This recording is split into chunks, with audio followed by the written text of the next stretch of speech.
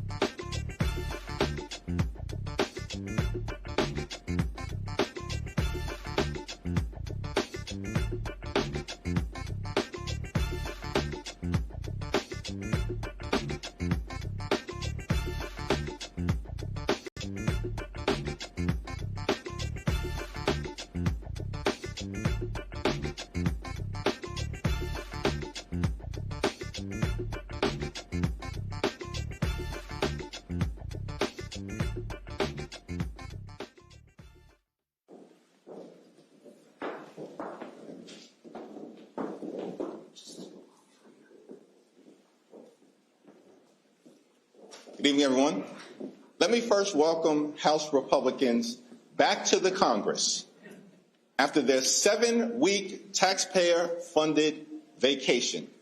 These people have been missing in action, absent without official leave, running scared, but they can no longer hide. The Rules Committee is going to meet shortly, and then tomorrow there will be votes on the House floor. And Democrats will continue to press the case, to say to our Republican colleagues, you have another opportunity to extend the Affordable Care Act tax credits and make sure that tens of millions of Americans all across the country in communities that Republicans represent, along with us as Democrats, tens of millions of Americans, rural America, working class America, urban America, small town America, the heartland of America, and in black and brown communities all across America, people at risk of experiencing dramatically increased premiums, copays, and deductibles because of the Republican refusal to extend the Affordable Care Act tax credits. Before the Rules Committee this evening, House Democrats, led by myself and Whip Catherine Clark, will give the Republicans another opportunity to extend the Affordable Care Act tax credits by introducing an amendment that will extend these tax credits for a 3-year period of time.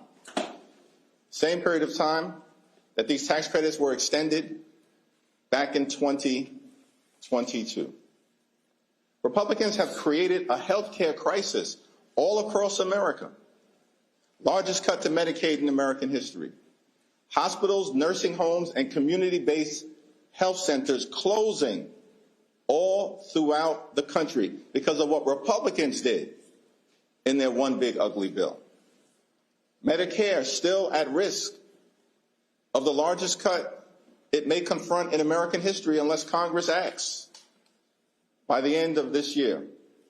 And of course, because of the Republican refusal to extend the Affordable Care Act tax credits in the midst of a cost of living crisis that already exists, that they failed to address, health care for people all across this country is on the brink of becoming unaffordable. Working class Americans, everyday Americans, middle class Americans, unable to afford to go see a doctor. This is in America, the wealthiest country in the history of the world. And so once again, House Republicans, welcome back from your taxpayer-funded 7-week vacation. You now have an opportunity to actually take some action in an area of this health care crisis by working with Democrats before the Rules Committee this evening to extend the Affordable Care Act tax credits. It's now my honor to introduce Whip Catherine Clark. Thank you so much, Mr. Leader. And we are indeed looking forward to the return of the missing House GOP. 54 days. I know the dust has settled on their desks. I hope they can find their voting cards. And I hope, as Speaker Johnson said, when they were home on their vacation, doing the most, quote, meaningful work of their careers, that included talking to their neighbors, talking to their constituents, because I can tell you what we are hearing from people across this country. It is fear, it is anxiety. The thought that they may lose their ACA insurance, the thought that they may lose their Medicaid or Medicare, because of the agenda of the House GOP. Take away health care and give permanent tax cuts to the very, very wealthiest in this country. I hope that Mike Johnson talked to Morgan in Ruston, Louisiana. Morgan's son needs an inhaler that is paid for through her health insurance, and he needs frequent trips to the doctor to be able to survive and have a childhood he deserves. Morgan is so fearful that if she loses that coverage that her son depends on, there are no backup plans. There's no plan B. And so we are saying, listen to the American people and what they are telling you. I hope that you listened to them when you were home, avoiding coming to do your jobs here in the Capitol. And I hope, as the leader has said, you will take this opportunity tonight. We can't undo all the damage they've done, but extend the ACA tax credits for 3 years. Give small business owners, farmers across this country, moms and dads who depend on the ACA in order to get their coverage. Tell them they don't have to have sleepless nights worrying that their cancer treatment for their spouse might not be able to continue. They may not be able to manage their own diabetes, and they may not be able to find health care when they have a sick child. These are the very real cries of Americans. House Democrats are going to remain in this fight, and I hope that on their 54 days, they heard the American people loudly and clearly and will come back to their senses and do what's right and protect health care in this country.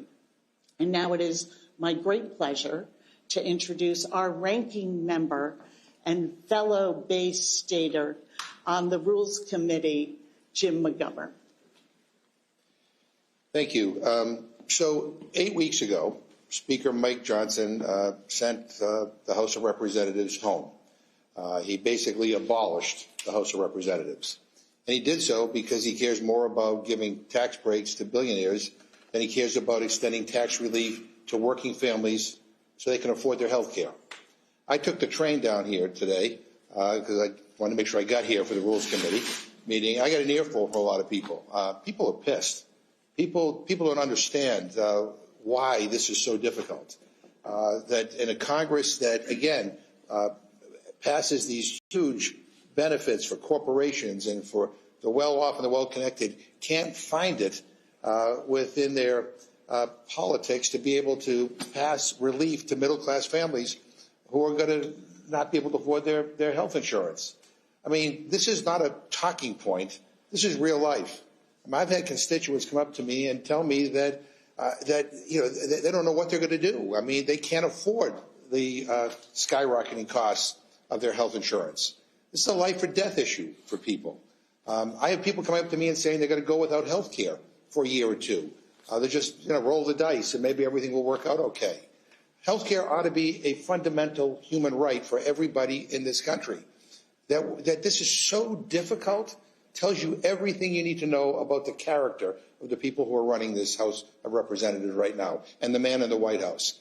This is disgusting. This is immoral. We're going to go to the Rules Committee, and we're going to take the fight directly to the Republicans up in the Rules Committee. But this should be a no-brainer.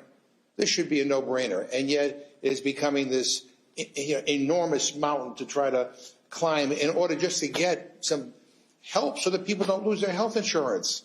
What the hell is wrong with these people? Again, I mean, I wish Donald Trump could have been on the train with me today and heard some of the stories that I heard. But I don't think he ever has been on a train. I don't know. He lives in a bubble. But I wish some of my Republican colleagues were on that train. How can you not extend these tax benefits for people who are in such desperate need? Look, we're going to continue to try. The beautiful thing about politics is you never lose until you give up trying. And we're not going to give up, and we're going to fight like hell until this gets done. And with that, I'm happy to yield to one of my wonderful members of the Rules Committee, Congresswoman Mary Gay Scanlon of Pennsylvania.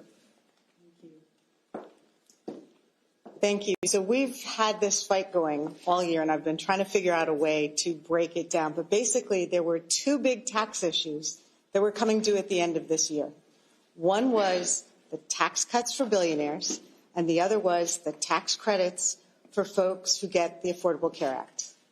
In July, Speaker Johnson called us back, dragged us back here 4th of July weekend, so they could ram through the tax cuts for billionaires. But when it came time to extend the tax credits for everyday Americans, they went on vacation. They went on vacation early. They said, oh, we don't have to really deal with that. They were unwilling to negotiate with Democrats, and they just left town. So like my colleagues here, I've been hearing from my constituents throughout this period of time when we have not been here in D.C., which we have regularly been in D.C. trying to do the work. But just this morning, I was at the largest Veterans Day parade in the Commonwealth of Pennsylvania in Media.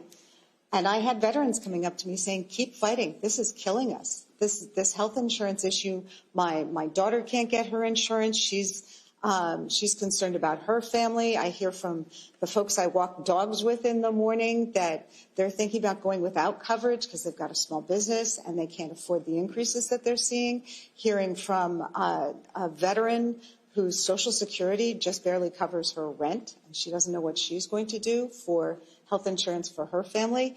It's hitting Americans, and they're not stupid. They know who's fighting for them, and we're going to keep fighting for them. So thank you for paying attention, and this is not over. With that, I would like to yield to my classmate and colleague from the Rules Committee, Joe Neguse from Colorado. Well, I think my colleagues articulated well, and of course Leader Jeffries articulated well, the stakes for millions of Americans whose premiums are skyrocketing, including the many constituents that I represent in Colorado. But I do just want to underscore a point that Chairman McGovern made. And in particular, I say this, for the press that are gathered here. Many of you whom have covered the developments in this Capitol for a long time, who were here when Speaker McCarthy was Speaker, when Speaker Pelosi was Speaker, when Speaker Ryan was presiding. This is one of the most shameful episodes, in my view, in the modern history of the Congress.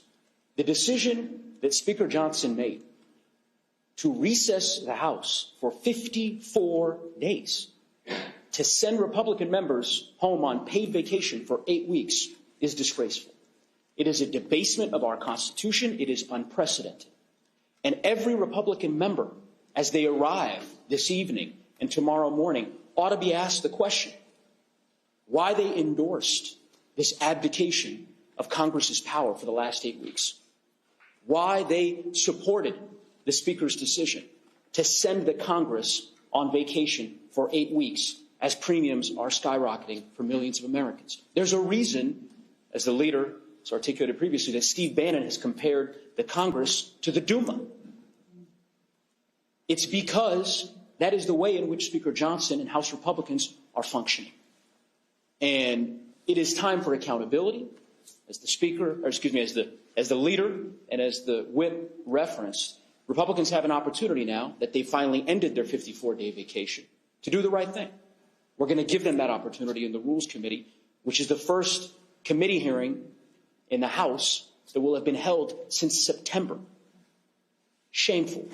And I know my colleagues on the Rules Committee feel the same way, including my colleague from the West, my neighbor in New Mexico, Representative Ledger Fernandez.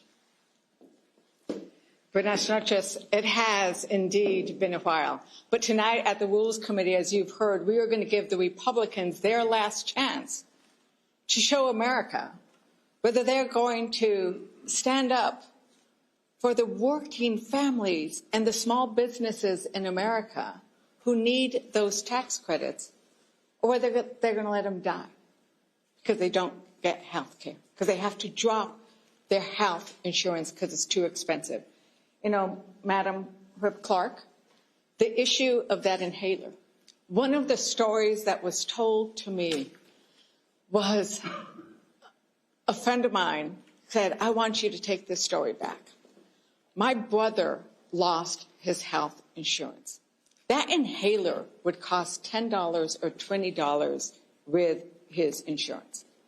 He'd have to go to the emergency room to get a $10 inhaler because without insurance, it costs $400. He died gasping for breath because he couldn't afford an inhaler. People will die with this decision that Republicans seem to want to make. And they moved heaven and earth to pass those tax credits for the billionaires before July 4th, but can't get around to passing the tax credits for working families before they expire in December.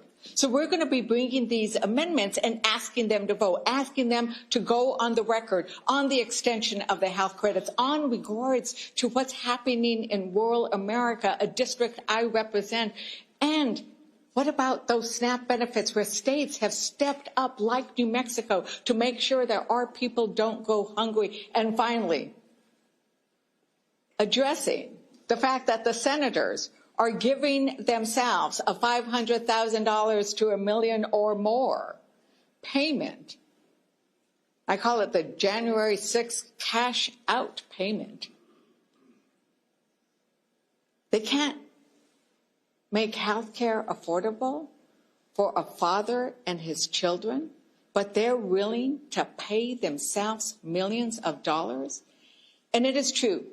We only lose this fight if we give up the fight. And Democrats have been fighting Republicans in a long struggle to provide health care to Americans. We have been fighting Republicans when we created Medicare, when we created Medicaid, when we created the Affordable Care Act. And we're going to not give up that fight because we want all Americans to be able to have health care, including Marjorie Taylor Greene's kids. Right? We want everybody everywhere to have health care. And with that, we are ready to go up to the Rules Committee, but I'll pass it back to our wonderful leader. I thank the distinguished members of the Rules Committee, as well as my good friend Catherine Clark, for their comments, for their leadership. Democrats have been engaged in this struggle on behalf of the health care of the American people for a long time. FDR engaged in this struggle. Johnson engaged in this struggle. Truman engaged in this struggle. Bill Clinton engaged in this struggle. Barack Obama engaged in this struggle. House Democrats are here to continue to engage in this struggle to decisively address the Republican health care crisis, standing on the shoulders of Democrats who for decades have been fighting to deliver affordable, high-quality health care for the American people. Questions? Yeah, thank you. So a provision was added into the legislation with regard to potential, which I think you're referring to, that senators could essentially sue the U.S. government for up to $500,000 if they can prove that their data was used in investigations. What do you say to that, and is there any chance that that will be removed from the CR?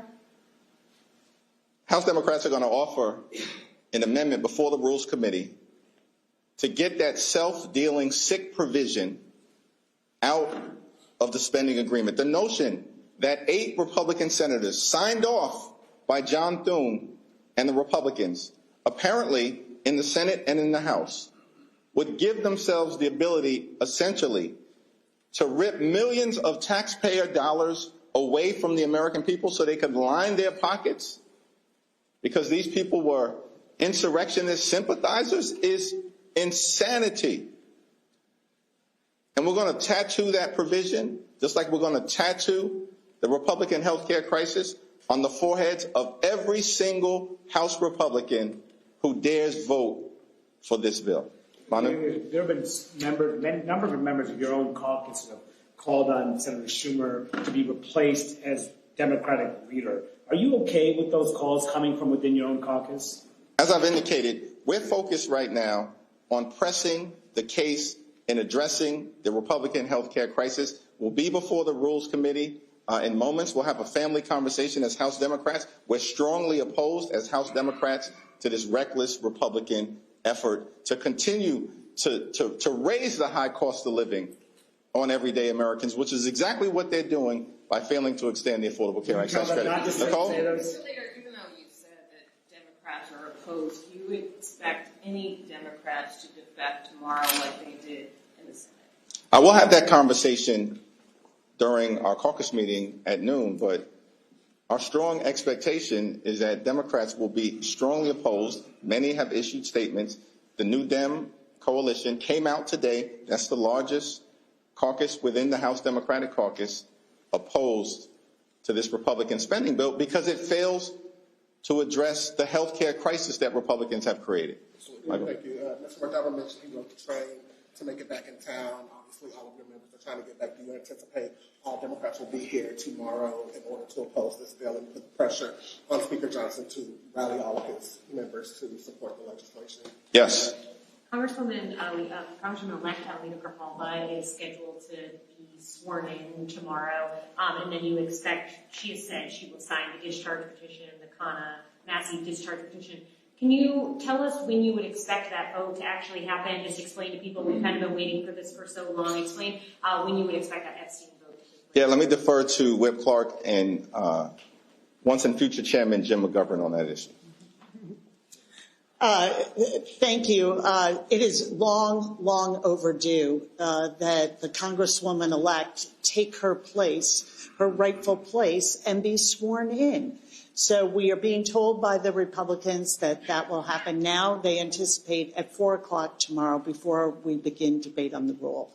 And it is just another one of those breathtaking split screens that as they are home and we are watching this suffering going on, that they have also decided to put off swearing in Congresswoman-elect Grijalva because they don't want her to sign a discharge petition that would force a vote on the Epstein files. So they don't want to give Americans health care, and they don't want to find justice for the survivors and victims of Jeffrey Epstein. It is an amazingly arrogant and dangerous statement that they are making to the American people about their own security. And it should if she signs it tomorrow, it should ripen in early December, so we can expect a vote. I mean, that doesn't mean that the Speaker of the House might try to do some, shenanigans with the discharge petition, but if all goes the way we want it to go, early December. It's unbelievable that 7+ weeks, Representative-elect Alita Grijalva was elected in late September decisively, has been denied the ability to serve more than 800,000 people in Arizona. And why is that the case? It's because Republicans are running a pedophile protection program.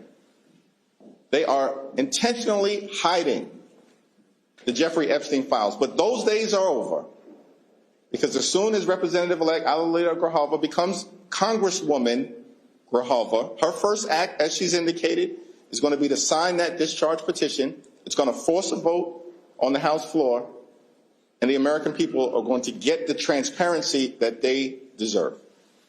Jeffries, you've not taken off the table a discharge petition on the ACA subsidies. So have you had any outreach yet to Republicans on that, or is it too soon for something like that? We haven't had any conversations with Republicans. We're going to be before the Rules Committee shortly. We're going to introduce an amendment that gives them an opportunity to extend the Affordable Care Act tax credits, and we're going to continue to make the point to our Republican colleagues. Our position is simple: cancel the cuts, lower the costs, save health care. Thank you, everyone.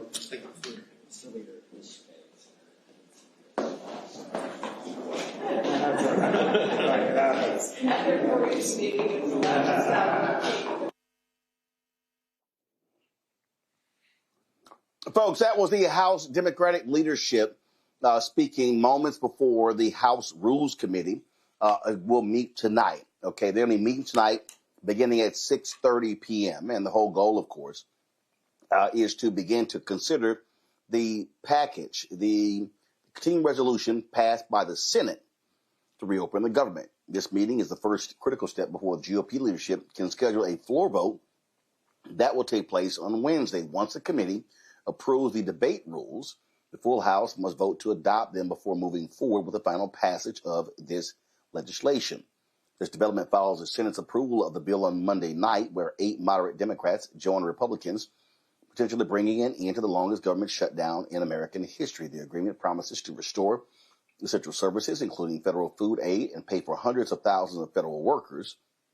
But it also will call for a vote in the Senate with regards to extending the Affordable Care Act subsidies. Now, here's the problem. Republicans have already ended those subsidies when they passed that big, ugly bill. So this promise of a vote next month before the actual price hikes or subsidies go away, which will lead to massive hikes in insurance for lots of folks. My panel, Dr. Mustafa Santiago Ali, former senior advisor for environmental justice at the EPA, Killa Bethea, communication strategist, Cameron Trimble, CEO, Hip Politics Media, and former White House senior advisor. Glad to have all three of you here. The bottom line is this here, Mustafa. The votes are not there for Democrats in the House. Republicans control that. They'll have the votes to actually to pass whatever they want to pass. And again, you have a continuing resolution. The government will reopen. So, okay, this deal that Democrats cut, they're going to vote in December to extend the subsidies. Are these Democrats somehow thinking that Republicans are going to get skittish and then they're going to cave and vote for this? They voted against the subsidies a couple of months ago. I don't see them doing anything differently this time. Yeah, there's no reason for Republicans to do anything different. You know, Democrats had the opportunity to hold the line, to continue to push, to make sure that they got something out of the deal that actually would help folks. You know, folks are still wondering, you know, is it insulin or groceries? Is it lights? Or is it, other types of things that need to be paid? And Democrats had the opportunity to help folks to be able to answer that question by making sure that folks, their healthcare coverage wouldn't double or triple. And it's going to be happening in lots of places. Georgia, Louisiana, Mississippi, Oregon, South Carolina, Texas, and I believe Tennessee are the top 8 places. And then West Virginia, of course, that, we know are going to be hit the hardest. So one, it is still a matter of making sure that people understand who's going to get hit first. But then we also understand, as always, there's still a racial injustice aspect to this and an economic injustice aspect. So I don't understand why Democrats also, Roland, didn't bring forward the fact that it's estimated that about 340,000 jobs will also be lost if they don't, move forward on making sure that people have this health care, because rural clinics and others will unfortunately have to lose people. So Democrats had the opportunity. They made the choice that they did. I guess their plan is that they are going to, try and make sure that folks understand that Republicans are actually the one that's taking away, your health care coverage. But I don't know if that's enough for what they gave up. But I guess time will tell. So, Kelly, use 8 moderate Democrats. Okay, fine. The Republicans promised them a vote. They are still catching lots of hell from lots of folks. But the problem is, it's not like any of them are up for re-election in 2026. So they're making a calculated guess that, all right, you know what? Hey, this is the best deal we can get. Well, they're gonna have to answer to a lot of people if this vote goes the way we expected next month, and those subsidies go away and premiums jack up all across America. Absolutely. And I can't express how angry I am at those 8, because it is clear that this was a safe move for them, right? It almost feels as though they didn't care one way or the other. And I get what Fetterman was talking about. Like, you can't govern in a hostage situation. I understand that. But at the same time, you Democrats weren't the ones holding the government hostage. It was the Republicans holding the government hostage. They were holding people as ransom. This was not an exchange. This was not anything positive. This was a shakedown on top of a shutdown. This was extortion. And the fact that 8 Democrats who people voted for, who people trusted, don't understand that, it is infuriating, because we just spent 42 days being virtually penniless, 42 days of missed paychecks, 42 days of grounded flights, 42 days of hungry families, 42 days of hungry veterans, right? Today is Veterans Day, and you're making them line up for free groceries because your party shut down their paychecks, right? Like, where's the justice in that? The shutdown hit people who hold America together: federal workers, service members, single parents, Black and brown people. And for what? For you to do business as usual in the hopes that business will return to a time where Republicans were actually reasonable? This is absurd. And it hurts. It feels like a betrayal. Because just last Tuesday, we proved that not only can we hold the line, we can actually turn the tide. And 8 people just said, meh, I don't want it. Against what their constituents want, against what their colleagues want, against what this party wants, you just said, screw it. And for what? And we have to deal with you for another 5-6 years because you guys can't be primaried come 26. Like, it is infuriating.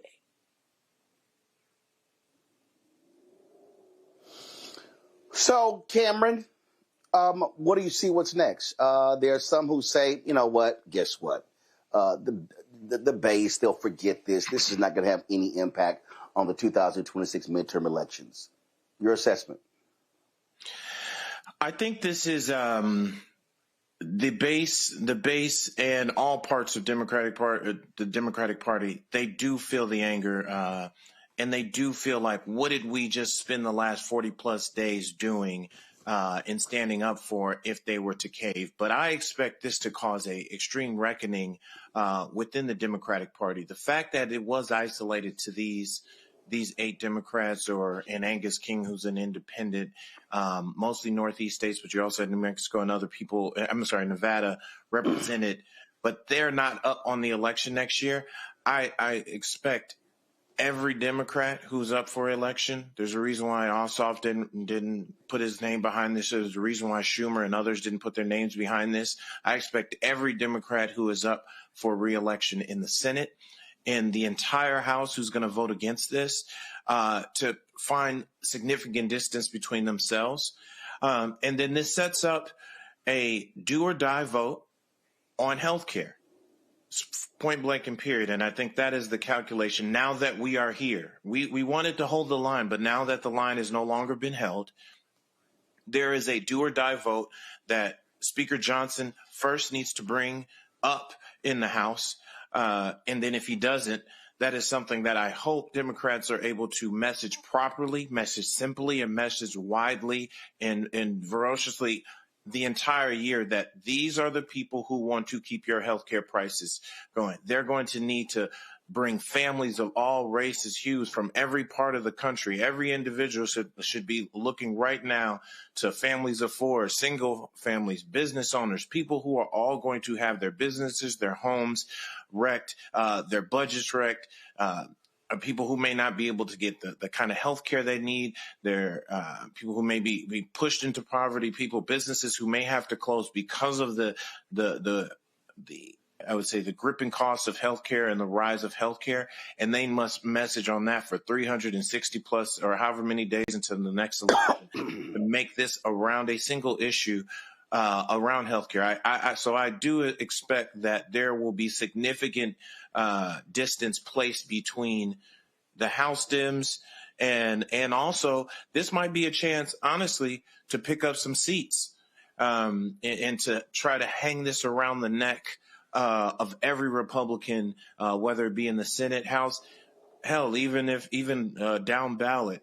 The fact that they supported folks not being able to have health care, they supported more people dying, they supported more people not being able to get their the necessary drugs or medications they need. They supported the closing of rural and urban hospitals and all the jobs lost. They need to be very crystal clear on hanging this around the neck of those of everybody who's on the ballot next year. Here's the question, and many people have been calling for this, and Mustafa, I'll start with you. Is it time for Democrats to replace Chuck Schumer? He couldn't keep his caucus. He couldn't hold his caucus. Some believe that privately he sort of gave them the nod saying, I'll vote against it, but you guys go ahead and vote for it. Is it time for Democrats to have new leadership in the United States Senate? Let me answer that this way. You know, you have two responsibilities in that position. One, to be able to count the votes. The second part is to be able to hold your caucus together. And he has not been successful at being able to do that. I understand that it's a very challenging moment, challenging situations, but you should have enough cachet to be able to have those conversations with your folks to say, this is not the moment to do this. This is how we are going to move forward together as a whole caucus. And, you know, that's the responsibility of a leader. So, you know, many of us feel that new leadership would help to revitalize and help to bring energy back and hopefully also bring some focus back. So I guess we'll see what happens after this. Kelly, is it time for Chuck Schumer to go? It's absolutely time for him to go. And we can thank him for his service on his way out. Because at the end of the day, 8 Senate Democrats crossed the line that we were holding, right? They crossed the line and they handed Republicans a victory that they didn't deserve, they didn't earn. They didn't end the shutdown by doing this. They endorsed extortion by doing this. And when Democrats vote for bills that gut health care / worker protection, you know, shielding GOP senators from accountability, that doesn't make you a moderate. It doesn't make you a blue dog Democrat. It makes you a co-conspirator. It makes you a collaborator. And Chuck Schumer knows that. And Chuck Schumer didn't do anything to stop it, whether it was because he didn't have the power to stop it or whether he did have the power to stop it and he was like, oh, well, it's only 8. Like, that rationale alone is enough for me to say, your time has come, sir. We need new blood. And frankly, last Tuesday proved that. Outside of all of this rigmarole, last Tuesday proved that not only do we need new blood, we are voting for new blood and we want them in those seats. Cameron, stay or go? Schumer. I'll say this about Schumer. I think the other thing, to Mustafa's point, the other thing that the head of the Senate and the House, whether it's the minority leader or you're the Speaker of the House, is also significantly around fundraising. And Schumer has proven to be a fundraising force. Unfortunately, money is throughout our politics, and there are many members who struggle to raise the money that is needed to compete in today's political landscape. And he has the ears of the donors in New York and around the country. So he still does that, but even that I don't think is as effective as it once was. I think the people will decide if it's time for him to go. I'm not a New York resident. I don't know how well he represents New York or not, or the current New York. Yeah, but Cameron, him being a United States Senator, that's the people voting. The Democratic caucus chooses their leader. So the question is it time for the Democratic caucus to choose somebody else to be their leader, to be the Democratic leader in the United States Senate? I'll say this. I because of how I look at the Democratic Party as a whole and what I think I have the faith in the party to be able to handle or not handle. If it happens, it has to happen organically. While I may disagree, I definitely disagree with how Schumer held this and he wasn't able to hold the line. I'm also not confident that coming for Chuck Schumer, it won't embroil the Democrats in an infight that'll have them mess around and lose their opportunity to win back the Senate and win back the House. I think if it happens and then there's all the rumblings that Congresswoman AOC is asked to primary Chuck Schumer, is asked to come for her. You've seen she's been bringing out tens of thousands of people all around the country.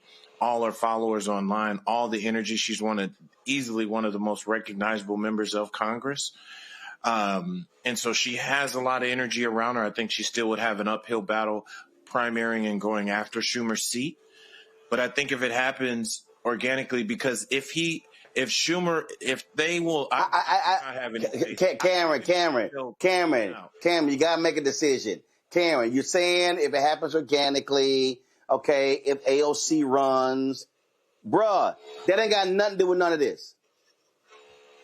It's either Should the Democratic caucus Cameron, I'm going to ask you right now. Here we are in late 2025. Should the Democratic caucus replace Chuck Schumer as their minority leader right now through next year? Yes or no? No. Got it. And that's it. Yeah. No. Oh. And I think it's, like I said, it's okay. I don't think they could handle it. I got it. All right, cool. All right. I don't think we can handle it. I got it. All right. I don't Good think point. we can handle him. Well, we'll see what happens. Well, again, I don't know a lot of people that have trust in Chuck Schumer. I'm just saying that right now. All right, let me go to a break. We'll be right back. Roland Martin Unfiltered on the Black Star Network. If in this country right now you have people get up in the morning and the only thing they can think about is how many people they can hurt, and they got the power, that's the time for mourning. For better or worse, what makes America special, it's that legal system that's supposed to protect minorities from the tyranny of the majority.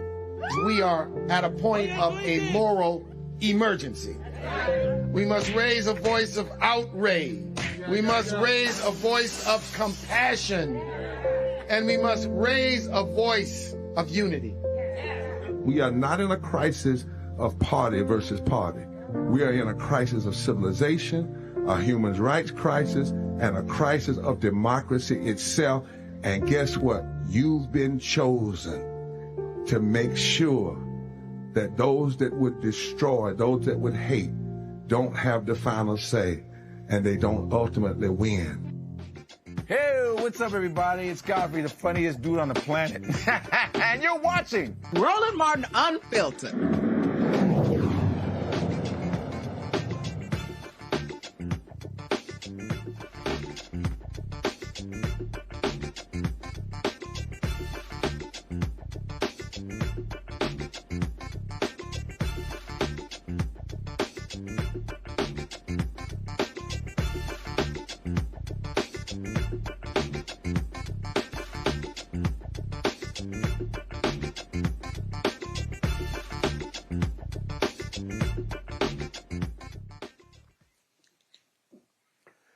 Folks, today is Veterans Day, and on this day, Alabama wants to honor its black heroes. A new bill in Congress aims to pay lasting tribute to the legendary Tuskegee Airmen, the black fighter pilots who shattered barriers and flew with courage during World War II. Alabama Congressman Shamari Figures introduced the bipartisan bill to rename the Tuskegee Post Office as the Tuskegee Airmen Memorial Post Office. With support from the entire Alabama congressional delegation, this initiative aims to permanently recognize the bravery and sacrifice of America's first black military aviators. Figures released a statement saying designating the Tuskegee Post Office as the Tuskegee Airmen Memorial Post Office is a meaningful way to honor the legacy of these trailblazing heroes, and I'm proud to do this on my first Veterans Day with the full support of Alabama's congressional delegation. Tuskegee Airmen, whom I especially honor on my first Veterans Day, not only broke barriers in our armed forces, but also inspired generations of Americans to serve with courage, integrity, and pride. This recognition ensures that their sacrifice, bravery, and historic contributions to our nation will never be forgotten. Congressman Figures calls it a fitting tribute to honor greatness and ensure the Tuskegee Airmen's legacy continues to inspire others. All right, folks, let's talk about Utah, where a Utah judge hands a big win to the state Democrats. Judge Diana Gibson rejected a Republican-passed redistricting plan that created 2 more competitive districts in the state. Judge Gibson's denial of the new map will create a solidly Democratic district that covers Salt Lake City, giving the party its second win in the redistricting wars that has swept the nation ahead of the midterms. In her ruling, Judge Gibson said the Republican map, quote, fails to abide by and conform with the requirements of a 2018 voter-approved ballot measure that created nonpartisan redistricting standards for the state legislature. Now, in October, Republican state legislators passed the map that the judge ultimately denied, which created 2 competitive districts that still favor Republicans. The case centers on a voter-approved measure against partisan gerrymandering in the state, passed in 2018, which Republicans are now collecting signatures to undo. It's amazing how often that happens, Kelly, how Republicans, they really don't like these redistricting commissions. They didn't like the one in Ohio, in Michigan. And what does it tell you that the voters approved it, and then they're like, yeah, we're going to come back and undo what you guys approved? Don't like accountability, and that their tricks aren't as sustainable as they once were, because this is what democracy looks like. This is what accountability looks like. A judge standing up to decades-long hustle, rigging maps, silencing voters, and I feel like it is a micro example of what's happening across the country and what can happen across the country in terms of judges doing their job, fighting against this regime, and just making sure that, frankly, the law is working the way it's supposed to be working.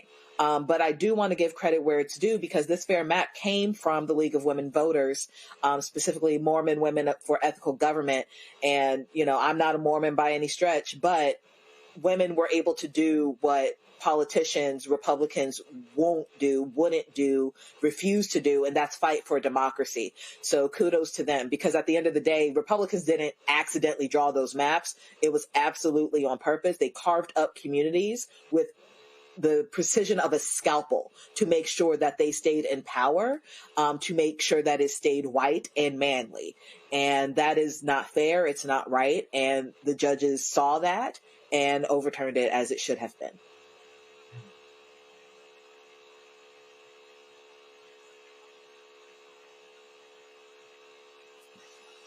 So we're seeing more of this, Cameron, because of the action of the Democrats.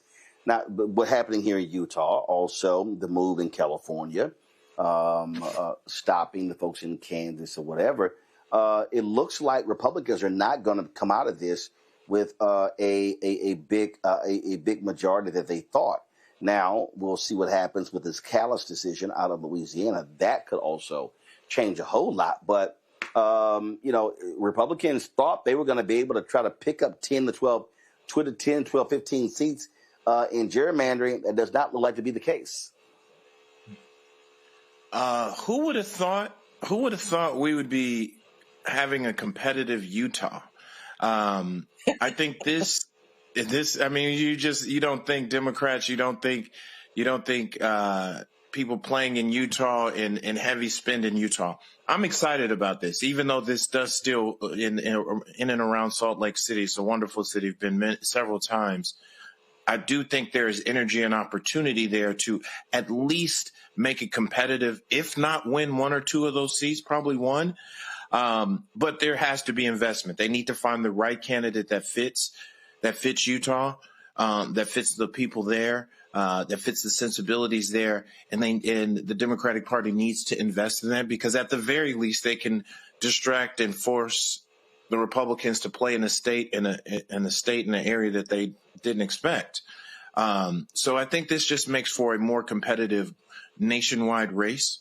And then it's also allows the country to understand what's really at stake with this gerrymandering and redistricting all over the country. I'm really hoping that gerrymandering becomes a word and an understanding around all voters and non-voters around the country. And I think something like this happening in Utah and picking up in a place where we just haven't, I don't think we even really think about Utah or Salt Lake City and stuff when it comes to election time. You just check it and naturally put it into the Republicans' box. I think this opens up the map around the country and changes the math. Well, I think the thing here, Mustafa, that we have to recognize is that, those Mormons in Utah have not been happy with Donald Trump. They have really been, challenging him, calling him out. And in the data, you see his numbers are not good in that state. And so I think what Cameron said is certainly a positive for Democrats. How Utah being able to have a second congressional district there, pretty big deal. Yeah, I have family in Salt Lake. And it's interesting because they feel like, the values that are coming out of the White House are not in alignment with their values. We see all these types of egregious things that this administration does, and it just goes against the grain of many folks across our country, not just in Salt Lake, in a number of locations. And that's why you got to have a 50-state strategy. I know that has not necessarily been the way that the Democratic leadership has approached over a number of years. But, you shouldn't just let anyone slip through and not make sure that you have the resources and the focus in their areas. So that's the first thing. The other thing that we've got to make sure that we stay mindful of is that, whether you're in Salt Lake City or you're in Sacramento, California, or you're in Biloxi, Mississippi, a lot of folks are in pain right now. They see the country moving in the wrong direction. And because they see that, folks want to have fair maps. They want to make sure that when they cast their ballot, that they have the ability to actually change the dynamics that are happening inside of their communities and therefore happening inside of their families. So that's why you got to make sure you make those investments everywhere, because this is the moment when you can actually show real leadership. This is the moment when you can actually help to change people's what's going on in their lives in this moment and the future. And we'll see if the Democrats actually stand up to that, or maybe it'll be some independent folks that will. But there is an opening, and we'll see how folks proceed. Well, listen, I keep saying this here. You can win in the courts, don't mean nothing if folks don't vote. And so over the next year, it's going to be a really, really vigorous battle in this country.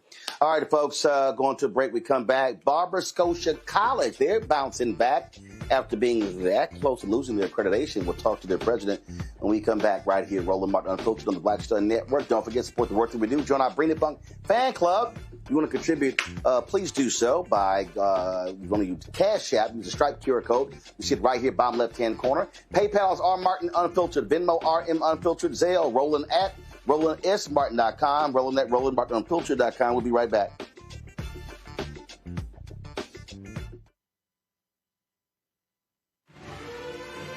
Violent white supremacy is, quote, the most persistent and lethal threat in the homeland. The greatest terrorist threat to the homeland is the homegrown violent restraint, including hate crime committed on behalf of some kind of white supremacist ideology. They are coming after everything in Black America. MAGA and Donald Trump are specifically targeting Black America. They are going after the money. Attack Black Lives Matter. Attack critical race theory. Attack woke, DEI. MAGA wants to defund Black America. This is a perfect example of their desire to completely degrade and de-emphasize Black people.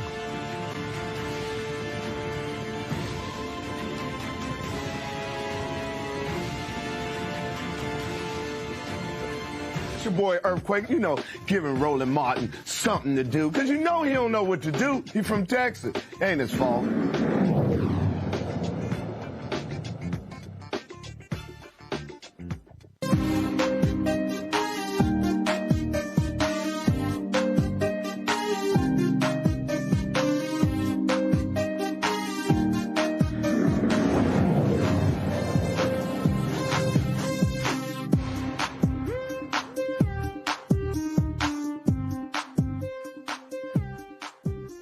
Barber-Scotia College, they were having some serious issues.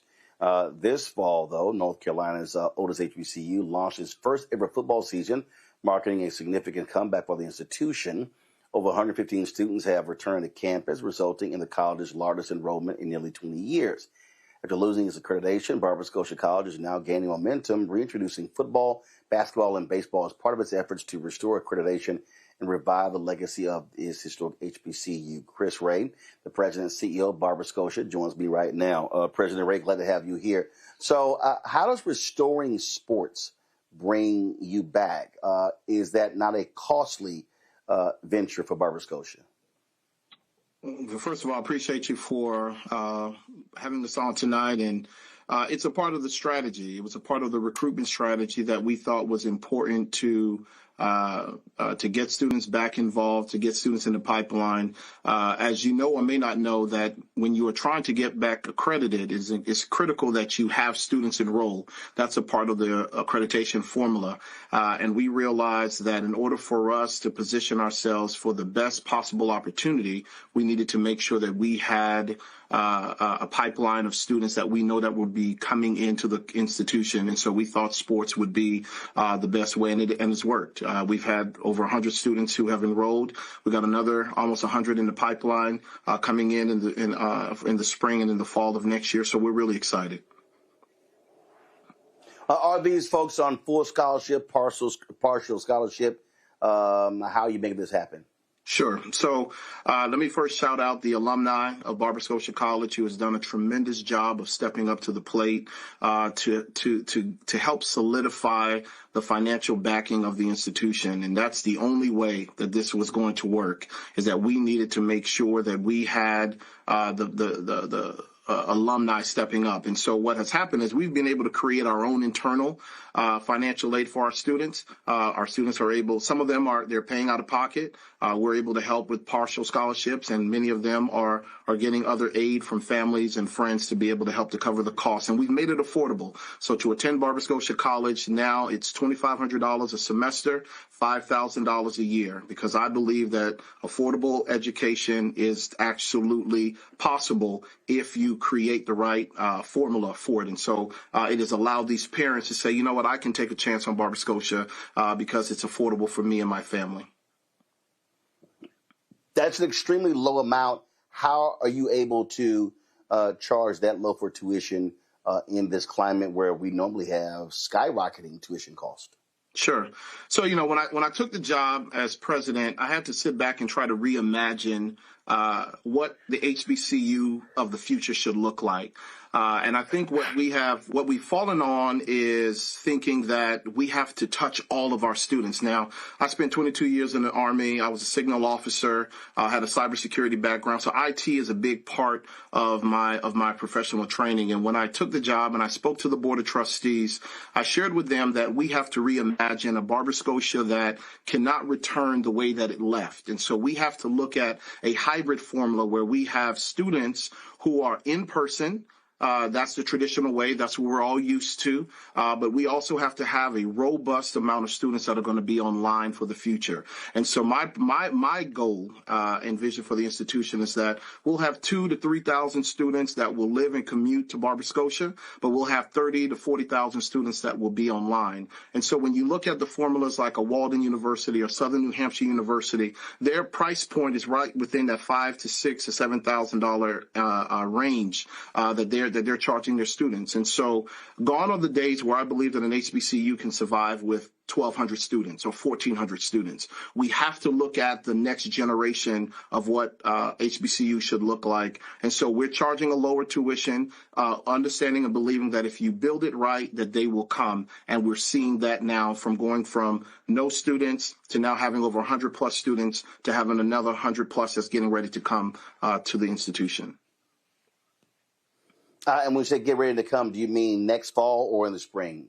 Yeah, so we have students that are already applying for the spring, and we have students that are applying for the fall of next year. So we're looking at another 100 plus students that we know will be enrolling in the institution. You know, probably more, but we know there'll be at least another 100 that will be coming by the fall of next year.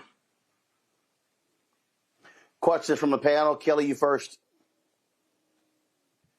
First and foremost, congratulations on this feat. As a HBCU grad myself, I'm always for the preservation of HBCUs, and this is fantastic work on your end. My question to you is, as far as specialties and what Barber-Scotia will be known for as far as academics, are there any programs that you want to tout and advertise over others? Like, what will you guys be known for outside of your athletics? Sure. So thank you for that question. So when you think about what the future of what the institution is going to be, we're looking at three streams. Number one, I want to have a robust certificates program for our institution, and we've just partnered with an organization that is going to allow us the opportunity to have an array of certificate programs on the healthcare side and on the IT side. And then you have RHC Workforce Solutions, which is our next huge partnership around our workforce development and our trade school that we're going to have, because I believe that Barber-Scotia needs to be the place where everyone gets an opportunity. And then you have your traditional degrees. We are 3 miles away from Eli Lilly. This gives you a thought, an idea of where we want to go. My long-term hope is that we'll have our own pharmacy school as an institution, because you can't be 3 miles from an Eli Lilly and there not be a pharmacy school opportunity here at Barber-Scotia College. So we're looking at the STEM programs, but we're also looking at making sure that there is a strong skills training opportunity here, trade school opportunities, and then the traditional. So our saying is you can come to Barber-Scotia where you can get skilled up, trade up, or degreed up, because you have to be a place for everybody, not just I want to get a 2-year degree, a 4-year degree, because everyone doesn't need a 4-year degree.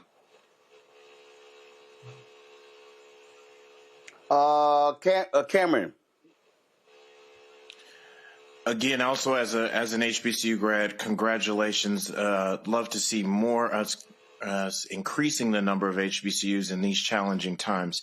I was really intrigued by your focus on online learning. I think that is really the future. It's the now and the future, given we are also in a hybrid work environment. People are looking for more convenience, and people are looking to maybe attend a HBCU that may not physically be close enough to campus, but still want that education.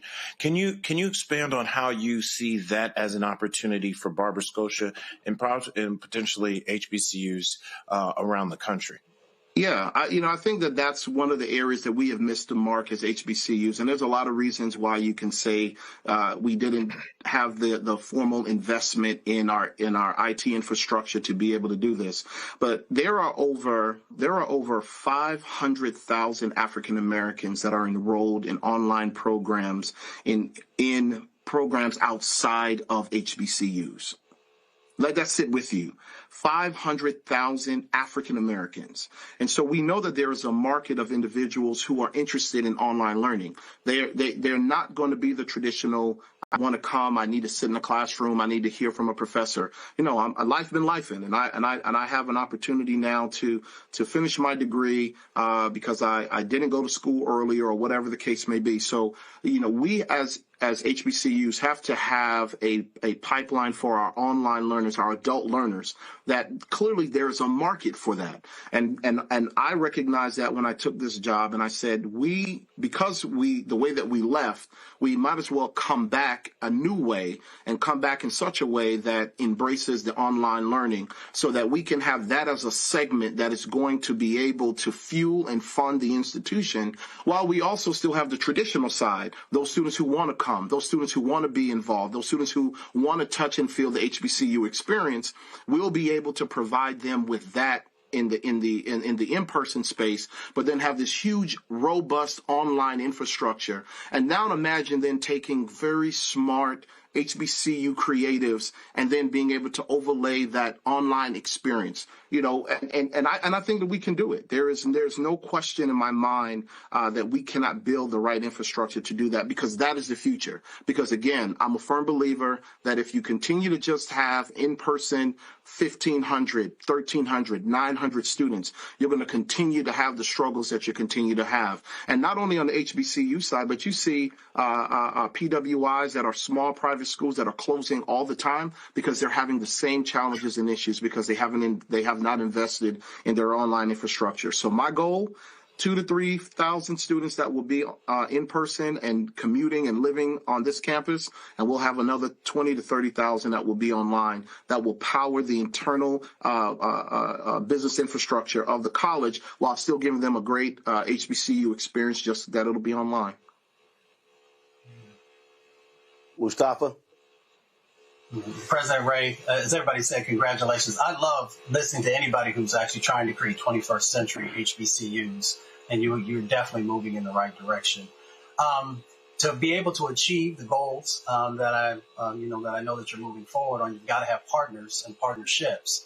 What is that going to look like as you move down the road? Yeah. So again, another great question. When I took the job, we were saddled with a lot of challenges as an institution. And so, I remember the talk from, some of the folks, hey, you're just another president. We've seen this before. We owed the city. We had challenges with the county. We owed the state of North Carolina. We owed the federal government. You fast forward 2 years later, we've paid off the debt to the city. We've paid off the debt to the state of North Carolina. Working with our congressional leaders right now to address our federal debt that we have.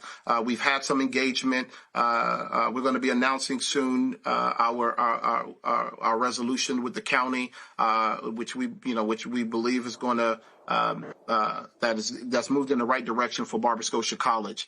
And so now what's happening is that we're now getting phone calls from other Fortune 500, Fortune 100 companies that are saying, hey, we've been following your story. We're interested now in getting involved. We want to be a part of your rise. Our mantra is Barber-Scotia Rising. And so they want to be a part of that early piece to us moving forward. But that's how we got the workforce development piece, right? RHC Solutions said, we want to be there to be the trade school arm for you. Vision Quest is the organization that we're going to be partnering with that said, we want to be a part of making sure that we help you build a robust certificates initiative, for Barber-Scotia College. And then we've had a bunch of community organizations. I first got to shout out the D9. The D9 has truly stepped up in a huge way in helping to provide funding. And I'm not just talking about my local D9 folks, but the national D9 folks. I've had other HBCUs who've written checks to Barber-Scotia College to help support what we were doing. But then we've had local businesses that have said, you know what, you need your dorms clean. We're going to clean your dorms for you. We're going to help you with your electrical work. And it's really just been amazing to watch the community come together to say, you know what, we're not going to allow another HBCU to close on our watch. But I think that the reason why they got behind us is because they see that we have a plan, and they can now get behind that plan and be a part of what is going to be something super special here in the Concord area. All right, then. Well, President Ray, we're certainly congratulations on that, and we'll see how things unfold over the next few years. Thank you so very much. Thank you for the opportunity, and thank you for telling our story. All right. We appreciate it. Thank you so very much. All right, folks, got to go to a break. We come back, more to talk about. Also, man, the weather was crazy today here in Bermuda. Winds up to 55 miles an hour. Wait till I show y'all some of the video of us out there playing golf today. Today was the amateur tournament. Tomorrow's the pro-am. The PGA Tour stop starts on Thursday. And so, but still had a ball out there. You're watching Roland Martin Unfiltered right here on the Black Star Network. They said the quiet part out loud. Black votes are a threat, so they erased them. After the Supreme Court gutted the Voting Rights Act in 2013, Republican legislatures moved fast. New voter ID laws, polling place shutdowns, purges of black voters from the rolls. Trump's Justice Department didn't stop it, they joined in. In 2018, his DOJ backed Ohio's voter purge system, a scheme that disproportionately erased black voters. Their goal, erase black votes and political power. Yeah, that happened. These are the kinds of stories that we cover every day on Roland Martin Unfiltered. Subscribe on YouTube and download the Black Star Network app. Support fact-based independent journalism that centers African Americans and the issues that matter to our community.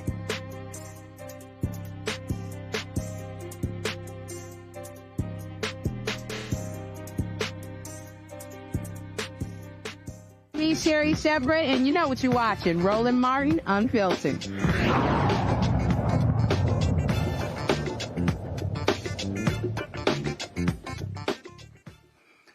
All right, folks, these MAGA people are absolutely insane, doing all they can, of course, try to erase us. Let's go to my alma mater, Texas A&M University, where the Texas A&M University system regents are going to vote later this week on a proposal to ban classes on race and gender ideology unless these courses receive approval from the institution's president or a designated representative. This is the latest step in the conservative effort to eliminate what they perceive as liberal-leaning teaching from Texas universities. If passed, Texas A&M system, which serves 175,000 students and is the second largest university system in the state, will become the first institution to explicitly prohibit teaching related to race ideology. It'll be the first institution to bar teaching to race ideology explicitly. According to these white folks, race ideology is defined as a concept that seeks to shame a particular race or ethnicity, accusing them of being oppressors in a racial hierarchical conspiracy, assigning them less value as contributors to society, imposing intrinsic guilt, or promote activism instead of instruction. Okay, so here's what's really at play here, Mustafa. And people need to understand something right here. So in Texas, these white MAGA folk, they believe that the University of Texas is just foregone being a liberal institution. So what they decided to say, hey, Texas A&M is going to become their playground. It's going to become the conservative institution of the state. That's really what's going on here. And you've got these border regents who are doing the bidding of that crazy, nonsensical Governor Greg Abbott, who announced he's running for re-election. And this is the reason why I really hope people get out and vote in serious ways. Abbott should be defeated. And these border regents need to stop sitting here being some scared punks, including the ones at Texas A&M. And it goes to show you how idiotic these people are. Texas A&M has significant issues when it comes to attracting black and other minority students. And this ain't going to help, but it goes to show you what MAGA is doing in America. Yeah, well, for some reason they're afraid of truth, right? Because when you look at these classes, it's all it is really history. Folks just laying it out for folks about what has transpired in the past, who was impacted, how has it limited opportunities, and instances also about bringing forward, the excellence that exists in the black community and the brown community and other communities, and folks end up fearing that. So if you want to make sure that you're protecting truth, if you want to make sure that you're protecting history, then of course we have to get engaged and we have to vote, but we also got to hold people accountable. And we talk about that on the show all the time. So whether it's Board of Regents or other individuals who are making choices in that space, then we've got to make sure that they understand what the set of expectations are. And if you don't do that, then folks will feel, one, if they want to do the right thing, that they're out there by themselves. Two, if they don't want to do the right thing, that there won't be any repercussions. Cameron? I think Texas A&M is in a unique and interesting place now. Texas A&M also, with this going on, this is also juxtaposition that they are in a major $100+ million investment in their football and in their sports system as another way to hopefully draw students, and I think draw a lot of black students from both in-state and out of state. And it's interesting to how they plan to look to erase our history. That ain't working. That ain't working. That ain't never worked. I'm letting you know that ain't never worked. So. No, it hasn't. I mean, bottom line is, it hasn't. And A&M has look. You got a whole bunch of us, black people who graduated from A&M. Our kids grew up the Aggie way and ain't going to the university. So it ain't working. But again, they love DEI Saturdays though. They love seeing black talent on that football field. But they won't teach our history in the classroom. And that was the point I was making, is that they want to continue to put all this money and hopefully turn themselves into a larger football powerhouse in this interesting NIL world we're in. And they're looking to do that on the back of black talent across their sports. But then when those same students need to go into the classroom and may want to deal with African-American studies, may want to learn something more than a whitewashed history of our people, they won't be able to find it in those history books. So it's discouraging. I'm hoping this is just another rallying cry to get a lot of people, not just the folks who are voting around the state, to really look at look at Governor Abbott and look at who's their representatives. But also, hopefully, this is another piece and something on the board that gets people who are on the couch in Texas, because I think this all feeds into a system, and Texas has been so egregious in so many different ways that they're looking to utilize their power to erase our history, and quite frankly, we just can't stand for it. Hey, Kelly, it's simple. What you're seeing is the attacks on black folks and others all across this country. It's happening at the federal level, state level, it's going to the local level. And I keep telling people, the way you shut these people up is you throw them out of office. Texas has the most eligible black voters in the country. When Beto O'Rourke ran against Greg Abbott, 75% of young people 30 and under did not vote. There's a way to defeat them, and that's the ballot box. Because the governor in Texas appoints the University Board of Regents. You get a new governor, you get new regents. I mean, as far as I'm concerned, this is McCarthyism with a Texas accent, and I'm not about to mimic a Texas accent because that's not my style, but that's what it looks like to me. Because when a state bans classes based on race and gender, that's not policy, that's not in the best interest of the student.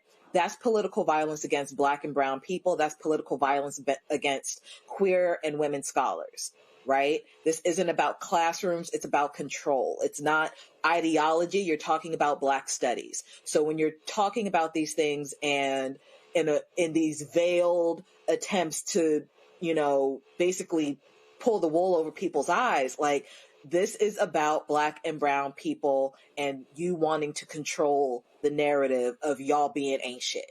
Y'all don't want the world to know that y'all ain't shit. That's really all it boils down to. So you can ban the course, but you can't ban reality when it comes to these things. And to your point about the vote, I mean, that goes across the board, not just in Texas. We have to vote. We have to use the political power that we have while we still have it to get this type of ideology out of main discourse. We have to use what we have to push what we want. And what we want is diversity. What we want is inclusivity. What we want is equity. That's what DEI stands for. And we need to start saying it just like that. So for people who say they're anti-DEI, so you're anti-diversity. That's what I'm hearing. You're anti-inclusivity. That's what I'm hearing. Not you're anti an acronym that you don't want to spell out, because then we're actually calling you out on your shit.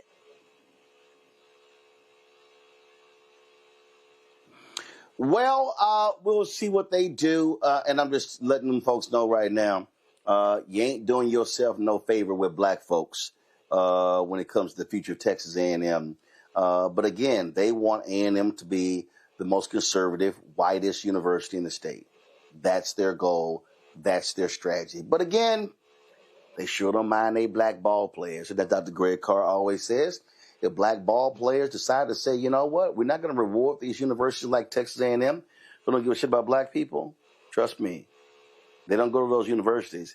They ain't got no sports programs. All right. I'll be right back. Roland Martin Unfiltered on the Black Star Network.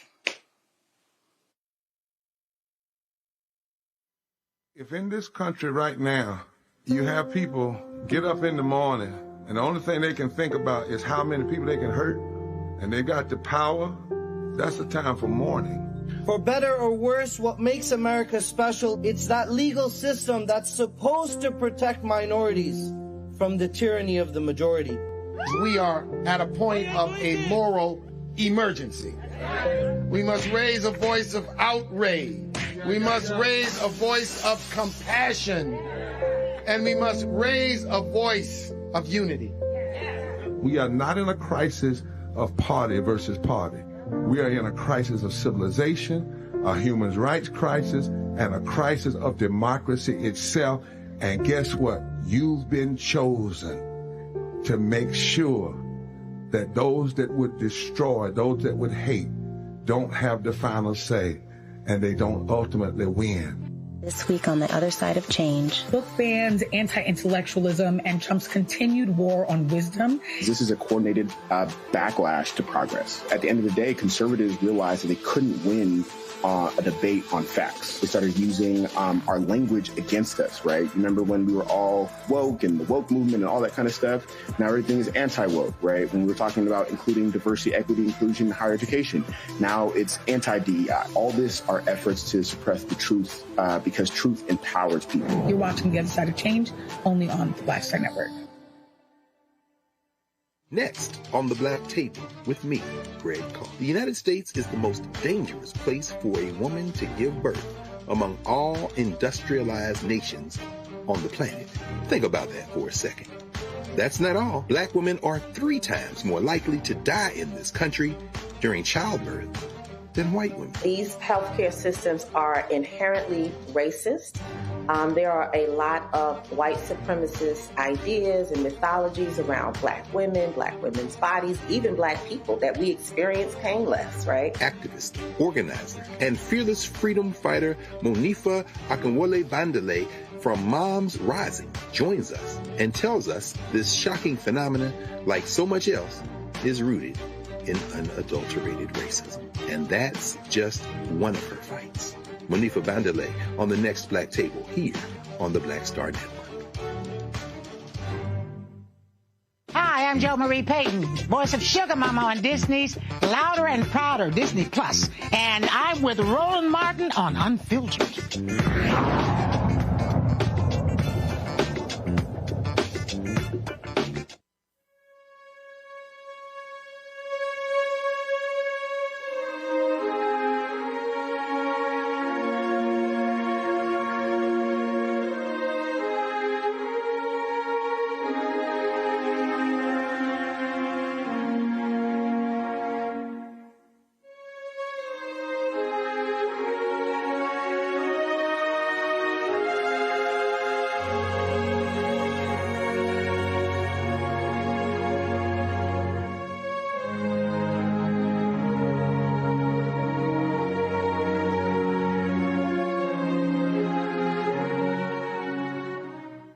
Folks, 3-time NBA Hall of Famer Lenny Wilkens has died. Wilkens was one of the finest point guards of his era who later brought his calm and savage style to the sideline, first as a player coach and then evolving into one of the game's great coaches. Keep in mind, y'all, he was a player coach for several seasons. He coached 2,487 games in the NBA, a record that still stands. He became a Hall of Famer as both a player and a coach, and again as an assistant coach the 1992 U.S. Olympics team. Wilkens also coached the Americans to gold the Atlanta Games in 1996. Wilkens was a 9-time All-Star as a player, the first person to reach 1,000 wins as an NBA coach, the second person inducted into the Basketball Hall of Fame as both a player and a coach. Only 5 people have ever done that. He coached the Seattle Supersonics to an NBA title in 1979. Wilkens, the 1994 NBA Coach of the Year with the Atlanta Hawks, retired with 1,332 wins, 1,332 coaching wins, a league record that Don Nelson and Greg Popovich later surpassed. Wilkens played 15 seasons with the St. Louis Hawks, Seattle Supersonics, Cleveland Cavaliers, and Portland Trail Blazers. An All-Star 5 times with St. Louis, 3 times in Seattle, and once with Cleveland in 1973, at the age of 35. A statue depicting his time with the Supersonics was installed outside Climate Pledge Arena in June. Lenny attended that unveiling. This is what he said. Thank you very much. Reminds me when I first came out here. You know, we're a better community when we're supportive of one another, when we help each other, when we take time to recognize one another. And early in my career, one of the things I did a lot was I used to read a lot. I read books all the time. And I read some great books. history of the USA from 1937 to 1970 something. I read a book. I got a buddy of mine to read called Hunter Yo. It was about the culture of the Native American. And I was so fascinated with it. It was unbelievable. I've been blessed. I'll be the first to tell you. I have a great wife, a great family. They're very supportive of everything I do. And that has allowed me to do so much. To be able to go everywhere and speak to everybody. Young people, I tell you, you're important. You mean something. So, the young people are tomorrow's doctors, lawyers, politicians. They're our future. And when we're supportive of each other, we make our community better.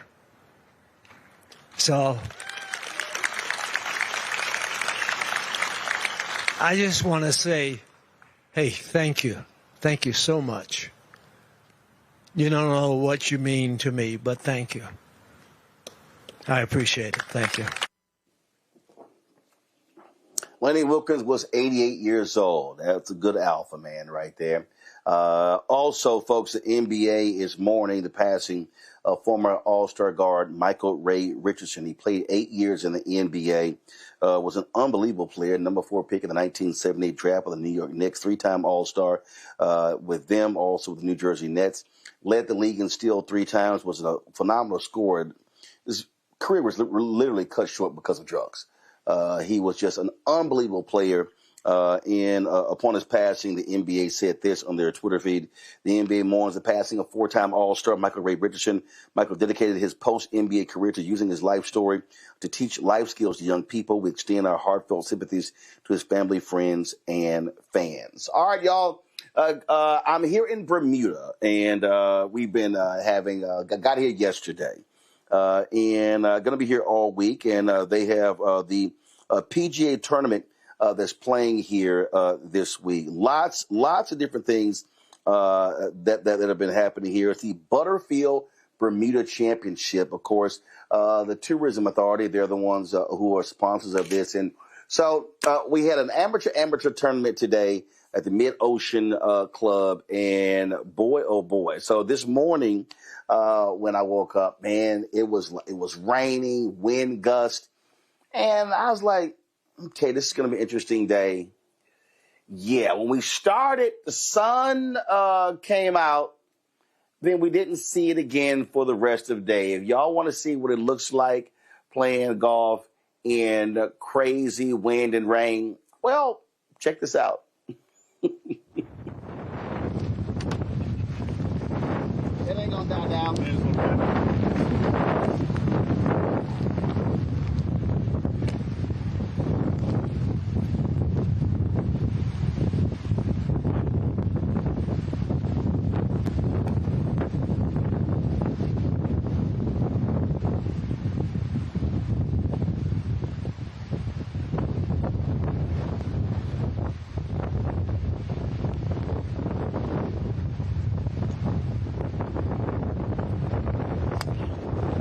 Really is crazy.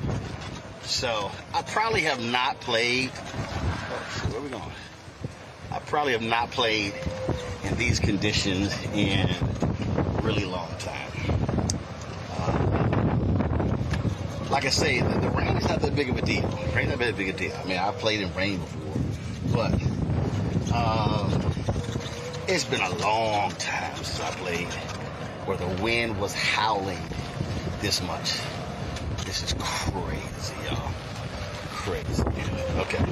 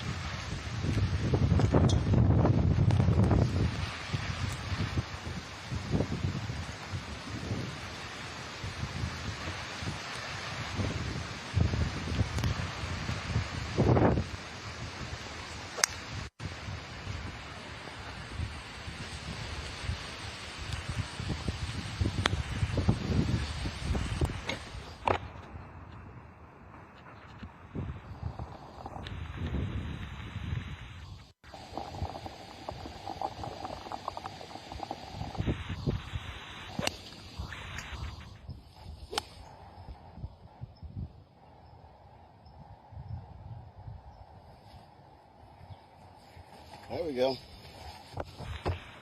Well, the wind's died down. Like I said, we can play in this rain. 50-mile-an-hour gusting wind is a whole different conversation. So, now let's see. Let's see what happens.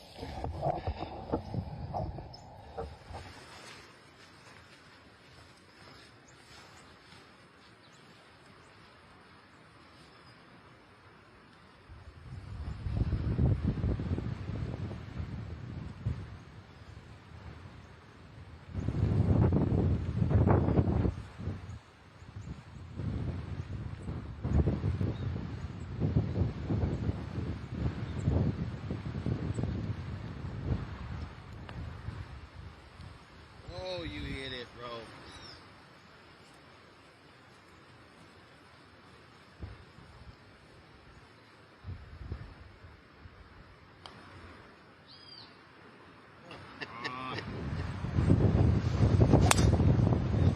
That's good. That's a great ride.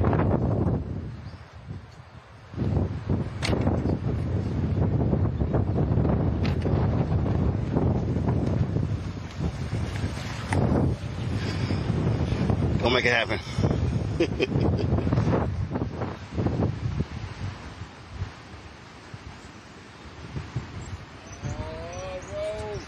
Good speed.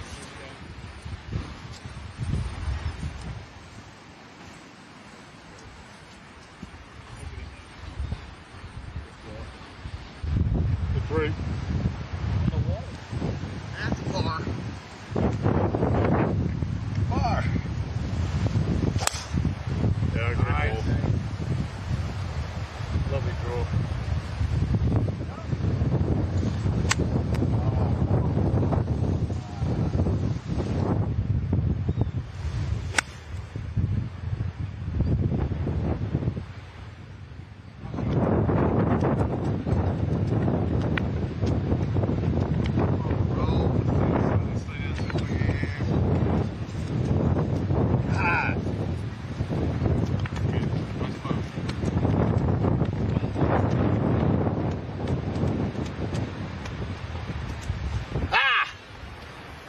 Uphill. Nice try.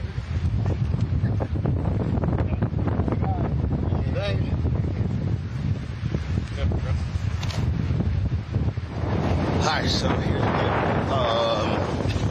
I had a great drive. I'm 164 yards out.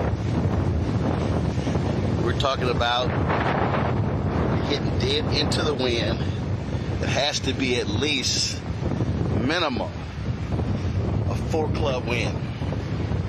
So that means if it's a 161-yard shot, you play it like it's 201. That's how crazy this is. So I'm going to hit my 4 hybrids with my 195 club. Let's go hit that club.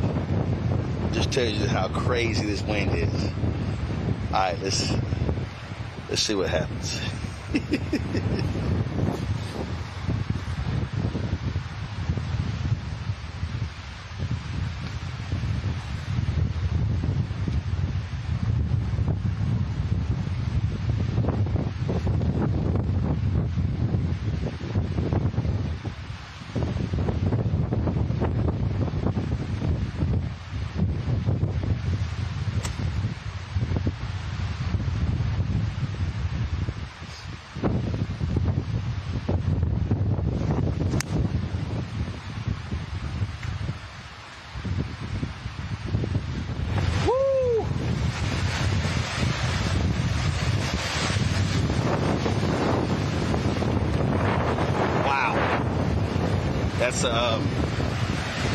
That's not a breeze.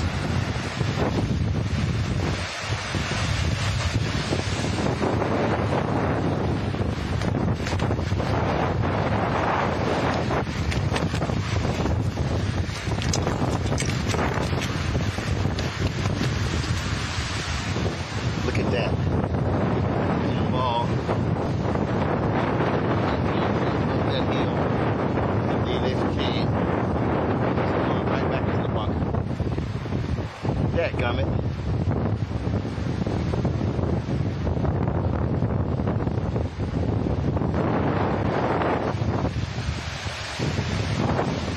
Wow, that's crazy.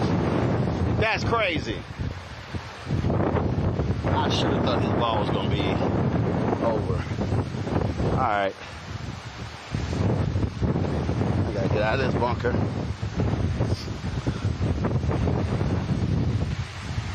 You see the flag. We hit a 60-degree lob wedge.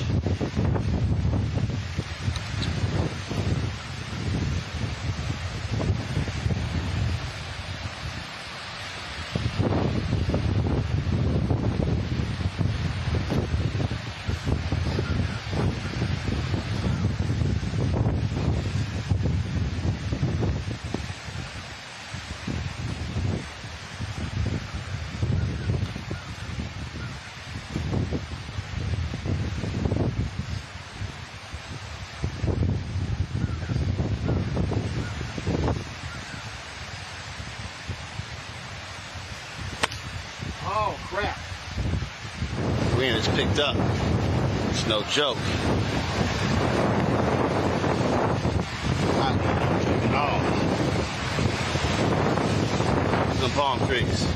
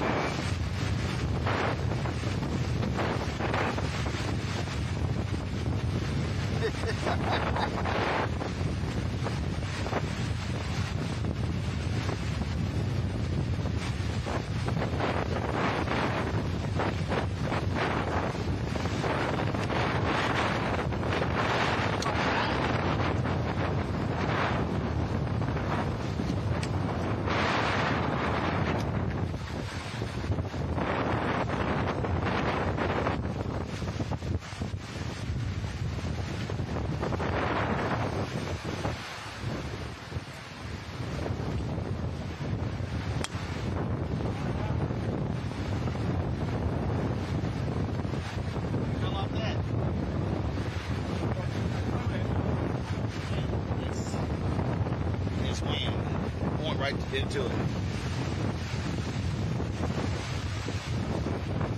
Woo!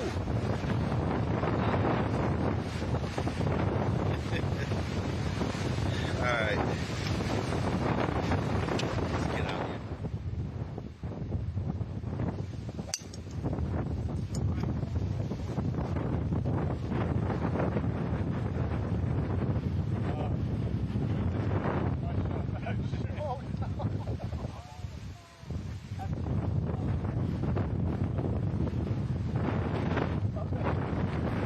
Over here. All right, y'all. It's a $250 vintage blue shaft.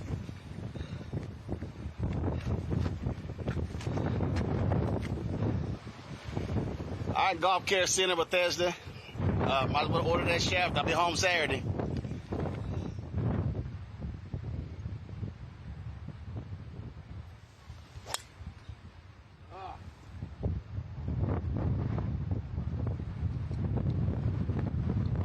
Shot. All right, y'all. This is our last hole. It has been a wild day. I just checked the screen in there. Plus are 55 miles an hour. 55 miles an hour. So, suffice to say, it's been a tough golf day, but it's a little gorgeous. You know, from golf club. All right, let's go close this thing out.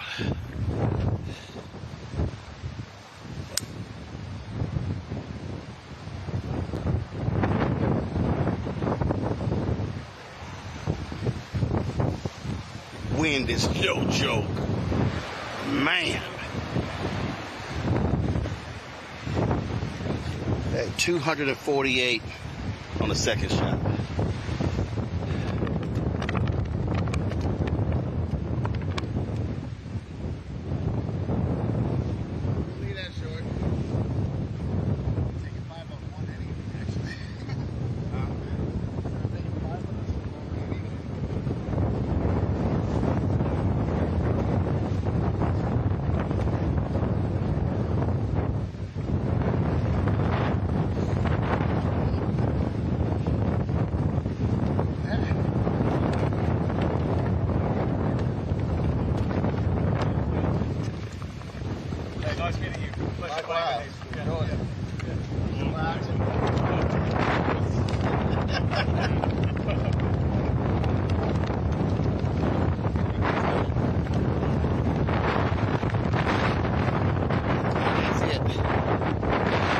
Felt like we were in a boxing match, and of course, and the win won. So that's the end of this amateur. We played the pro-am on Wednesday. Man, I want to go thaw out, try out, and soak in a hot shower. This was a test of endurance. But hey, we love golf. So did it feel like a heavyweight fight out there? I mean, if this is how I leave a heavyweight fight, you know who won. You came in here and comb your hair. I saw when you walked in here. Look, I look good. Do I not look nice? You trudged in here. Do I not look nice? Now. That's right. Don't let him see you struggle. Yeah, that was golf enthusiast Nikki Blaze. She know damn well we playing out there. It was crazy. I'm sitting there reading these comments in the chat, and they're like, "Oh hell no!" But listen, Mustafa, I don't care what it says. If I got a choice between sitting inside and playing outside in the rain and 55-mile-an-hour wind, I'm gonna pick the latter. Yeah, you're a wild boy. That's all I could say, because that was intense. Let me put my science hat on for a second. So you understand that tropical storm winds start at 39 miles an hour and go up to about 73 miles an hour. So I know. That's wild. I was thinking about you might be in Caddyshack 3 or something like that, because some of that stuff was wild. I think what people probably want to know is, what did you shoot for the day? Well, actually, so the tournament, we weren't keeping individual scores. So the tournament was 4 players, and whoever had the best score on that hole, that was the team score on that hole. And so I know I had at least 5. I had 5 pars. Our group didn't make a birdie all day, but man, it was like so that first hole when that rain really came in. Oh man, that was a par 4. I think I had a 9.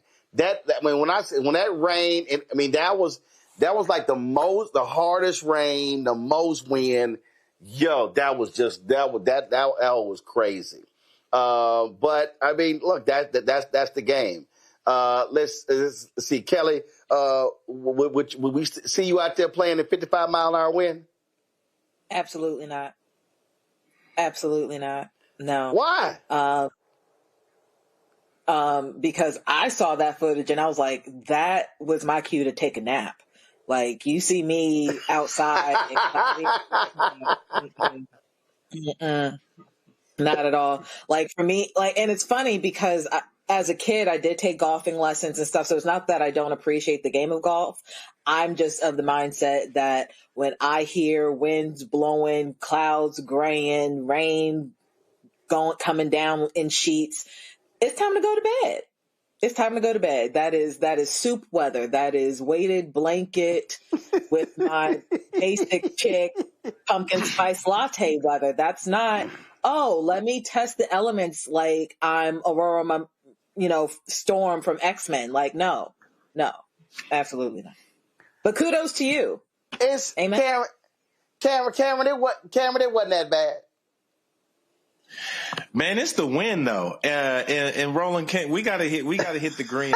I'm an avid golfer. I don't get to get out there much, but you way more committed than me because Hold on. Stop right there. Stop. You just said I'm an avid golfer. I don't get out there as much, and you way more committed to me. That means you are not an avid golfer. I'm a fair weather golfer. That's what we'll say. I'm a fair weather golfer. There we go. You are a fair weather inconsistent golfer. Yeah, fair weather inconsistent. I'll take that. I'll hit the range, but I've done the range several times. It's the winds. I'm not good enough to overcome the wind. And so kudos to you. That means you ain't no avid golfer. But we gotta go. Don't use that phrase again. We gotta get out there. Cameron, you need to go. You need to go to that range a little bit more. Going out there in the wind and rain?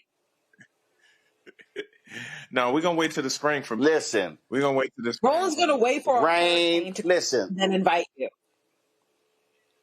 Listen, I have played in rain, harder rain than that. Wind. I played in Ireland. It was snowing. So I'm just saying. Cold. Huh? How do you see the ball in the snow? Easy. It's a white ball. Easy. You hit a colored ball.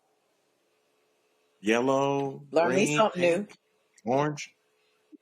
Yeah, yellow, green, orange, red. You just hit a colored ball. That's all you got to do. And see, this is why I take apps. Oh no, that's boring. That's boring. What's a better story? Yo, I'm in Bermuda. The wind was gusting 55 miles an hour. It was in the rain. We played 18 as opposed to, I was in Bermuda and the wind was blowing out to go nap. That's a boring story. Okay, gotta go to a break. Come back, Marketplace, right here, Roland Martin Unfiltered on the Black Star Network. This week on A Balanced Life with Dr. Jackie, we're continuing our series of putting in the work, A Chef's Journey. Are you an aspiring chef? Someone who already has a business, trying to figure out what your next steps will be, who to talk to, and how to get there? Well, on this week's show, our great guests and wonderful chefs will talk to you about what it means to discover your purpose, your why of being in the kitchen, and then knowing how to put a business together. The menu controls everything. The menu determines everything. But the business plan is where you have to go back to. When you get into the business, at the end of the day, social media and TV, all of that stuff is cool, but you still have to run a business. You still have to be in relationship with people. That's all next on A Balanced Life with Dr. Jackie here on Black Star Network. This is Reggie Rock Byford. You're watching Roland Martin, unfiltered, uncut, unplugged, and undamn believable. You hear me?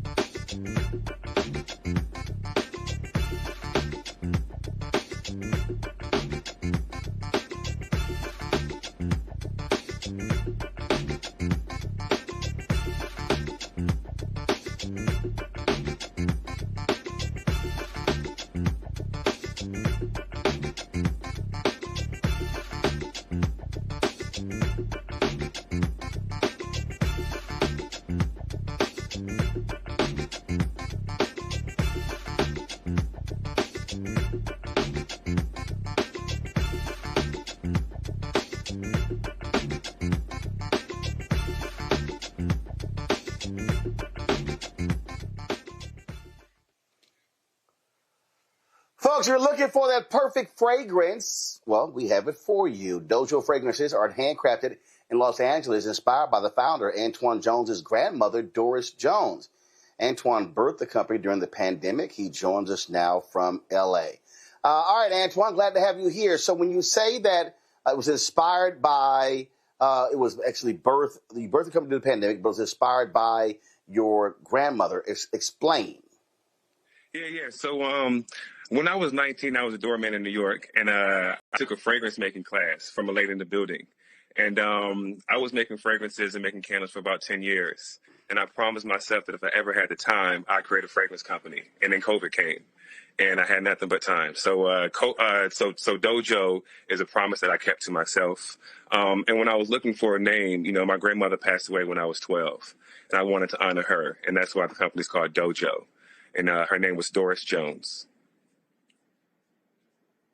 So, okay, what's a fragrance class? Like, what is that? Yeah, so it was basically the lady in the building. She just kind of had a bunch of neighbors come together, and she kind of taught people how to mix fragrances. It was like a small rudimentary class, just kind of introduce you, get you used to mixing different fragrances and things like that. Okay, and so you took that class, and then how long was it before going from that class to actually launching your own company? About 10 years. Yeah. So after the class, I just, experiment with candles, fragrances, and just different things. But I never really had the time to start the company, or I never had the funds. And, with COVID, it kind of gave me a break, so that I can start the company. Gotcha. And so when you're creating a fragrance, what are you looking for? What smell? I mean, is with some too strong, some too soft? What are you actually looking for? Yeah, so with my fragrances, I work with a really good fragrance maker. And so we work together, and we just kind of play around with things. Sometimes we get inspired by things that are already out there. So one of the fragrances that you actually have is very rich, which is inspired by Baccarat Rouge. So I get inspired by things that are already out there. So so you get inspired by these different things that are out there. Yes. And so your fragrances, are they for men and women, or only for women? Yeah, everything is unisex. Everything is unisex. Okay, so now explain that, because there are some fragrances and perfumes that are targeted to men, others targeted to women. And so how did you come up with this? Frankly neutral, if you will, that can be used and worn. Yeah, so I just chose scents that men and women would feel comfortable using. So that's kind of what I wanted to make sure when I had all my fragrances. Okay, all right. Questions from the panel. Let's see, who probably wears the most cologne or perfume? It's probably going to be Cameron. Here we go, bro. Here we go. I mean, I do wear good cologne. I like to smell good. Congratulations on. Well, I don't know why that's funny. I don't know why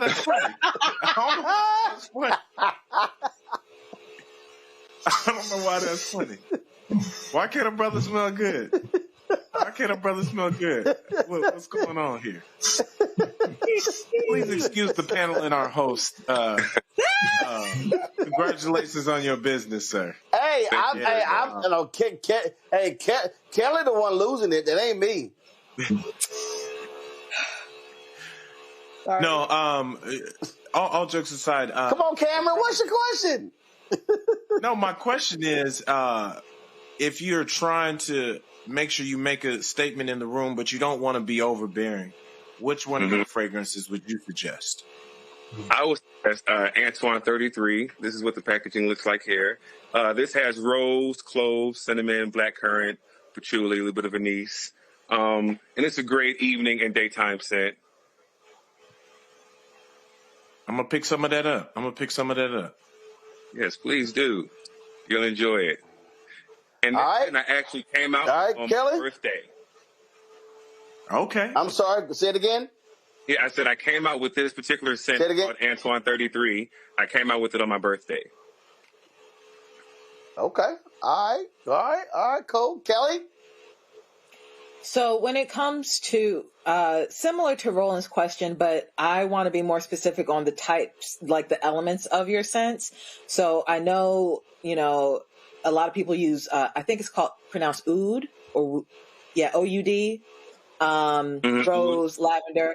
So what are your favorite combinations of scents? Like as far as like your base, like when you create something, what do you typically start with? So I get inspired by scents that are already out there. So one of the scents that Roland has in the studio is called Her Scent, which is inspired by Delina, which is Parfum de Marly, and that's vanilla. It has rose, has a little bit of lychee, some bergamot. That's a really fresh, great unisex scent. And then I also have a sandalwood and cedar and leather and violet and musk if you want like a deeper, more woody smell. Yeah, I have a wide variety of scents. I have things for everyone. Okay. All right, Mustafa. Yeah, well, Antoine, congratulations, on your success so far. Could you talk a little bit about, because you started during COVID, can you talk a little bit about what your greatest challenge has been, and then what has been your greatest success for your business? Well, COVID really gave me the time. So before COVID, I never had the time or the money, but with COVID, we had nothing but time, so I really utilized that time, testing different fragrances and different scents, sending things to my friends and family, kind of seeing what they liked. And what was the second part of the question? What was about challenges and success? Oh, challenges.